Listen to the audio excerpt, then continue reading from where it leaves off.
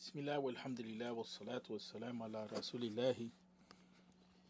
يا ربنا هدينا وثبت أقدامنا ويغفر لنا ذنوبنا لقد ظلمنا أنفسنا ولا غافر لي ذنوب إلا أنت فنتوجه إليك ونستغفرك ونتوب إليك والعصر إن الإنسان لفي خسر إلا الذين آمنوا وعملوا الصالحات وتواصوا بالحق وتواصوا بالصبر. أما بعد. So we're going to be encountering some weak hadith. Now, those of us who we've been heavily impacted within, a kind of Salafi orientation, and if you know what that means, if you don't know what that means, it's not the time to go into a lot of detail about that.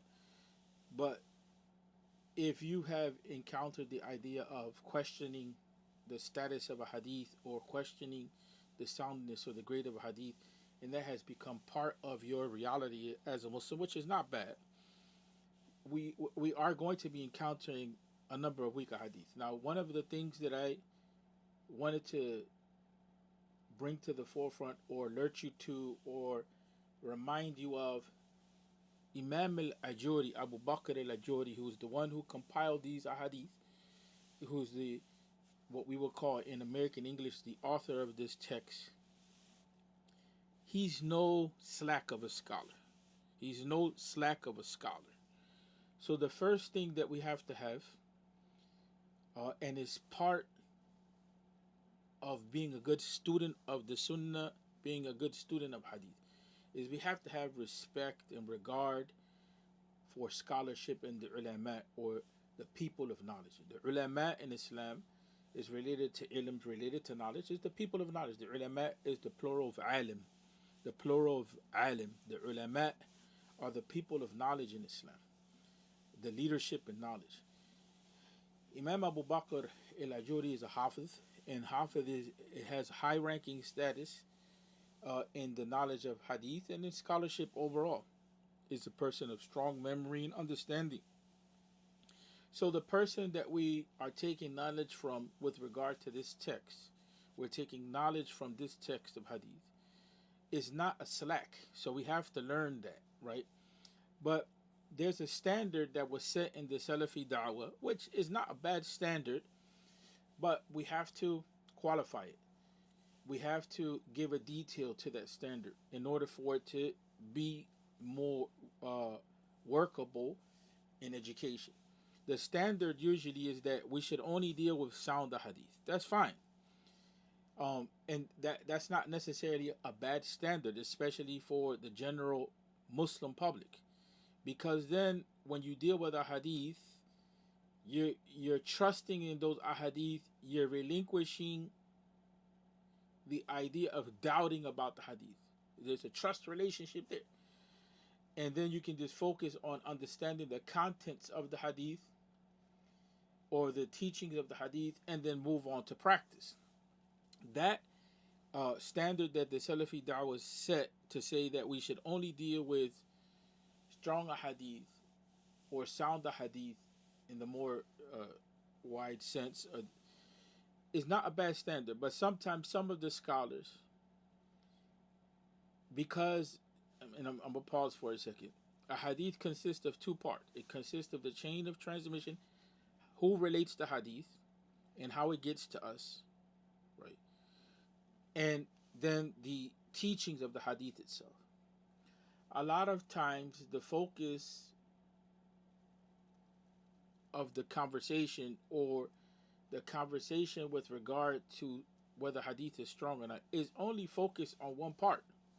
Is focused on how we got the information. Is it a sound way? Is it an acceptable way or not? And what's left out most of the time is a conversation on the contents of the hadith or the teachings itself. So we have sometimes some hadith that the scholars, because of their precision in knowledge, because of their demanding nature with regard to ensuring that the knowledge that we have in our circle as Muslims that we consider to be Islamic knowledge, or that we consider to be knowledge that relates to prophetic teaching, because of their tight criteria, right? they focus on this issue of looking at whether the way the knowledge came to us is sound. But that's not the only thing that they focused on, right? They also focus on the content, on the teachings itself. Because you can have somebody, uh, like we say in Spanish, la persona chismosa is a gossiping person. And sometimes they're reliable, sometimes they're not reliable. But they tell you a story and it comes your way, and the story comes your way.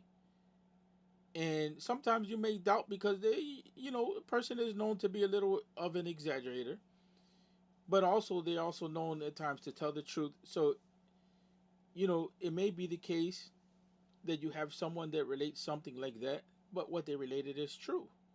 You know what I'm saying? And so, yes, that person has a question mark on them, but you have some verification as to what it is that they told you is true. You have some other way, some other means to verify that which they related to you is true. So some of these are hadith, especially the hadith that he mentions, Abu Bakr al-Ajuri, Hafidhullah, may Allah,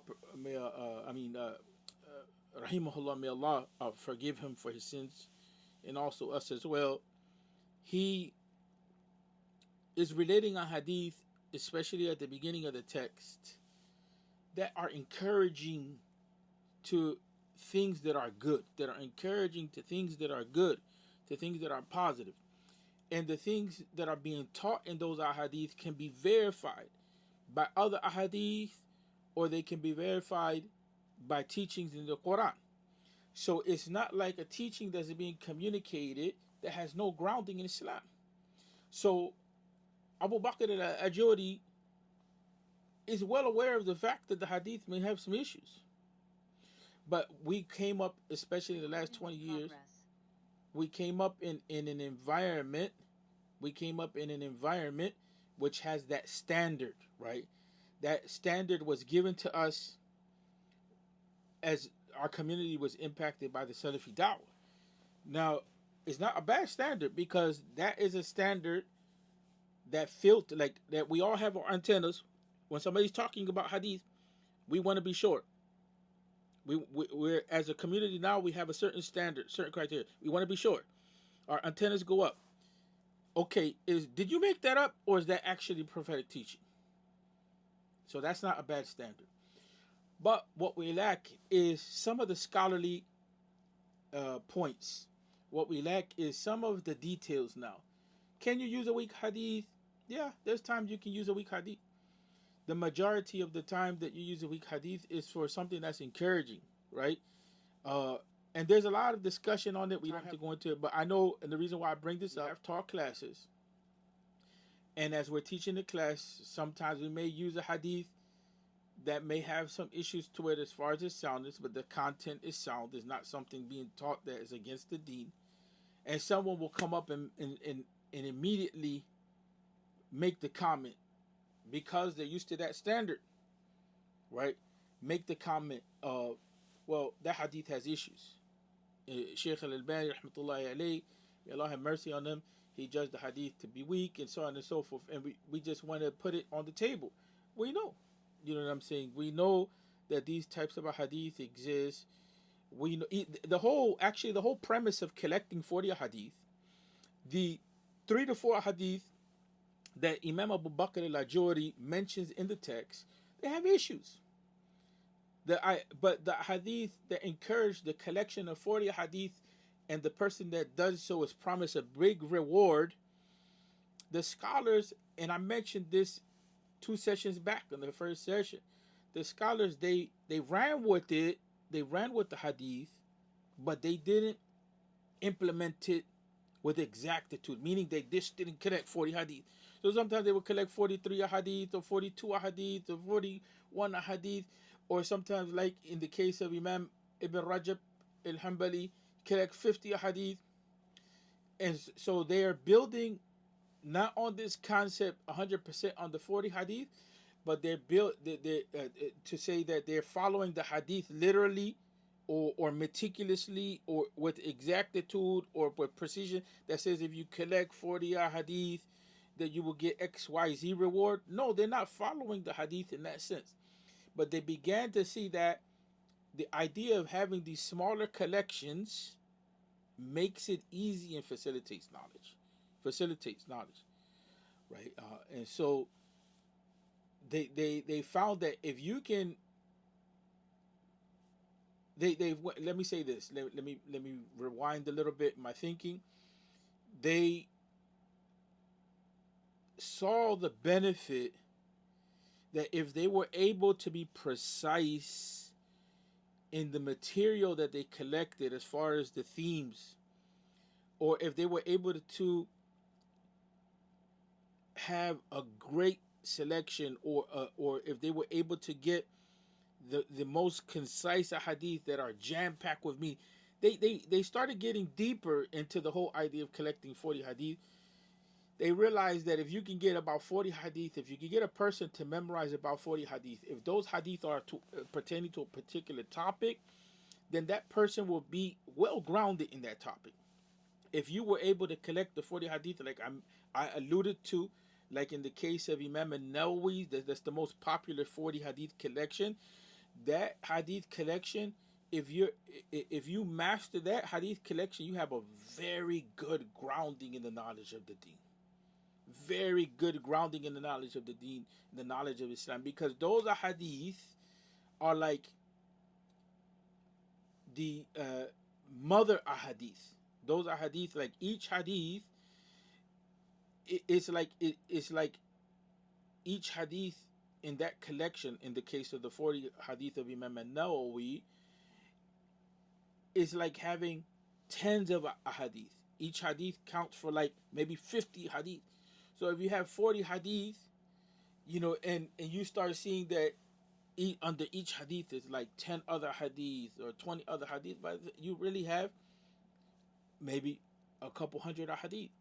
And the proof of that is not just that I'm saying that. The proof of that is that when you go to the explanation, which is in English, is translated as the compendium of knowledge and wisdom.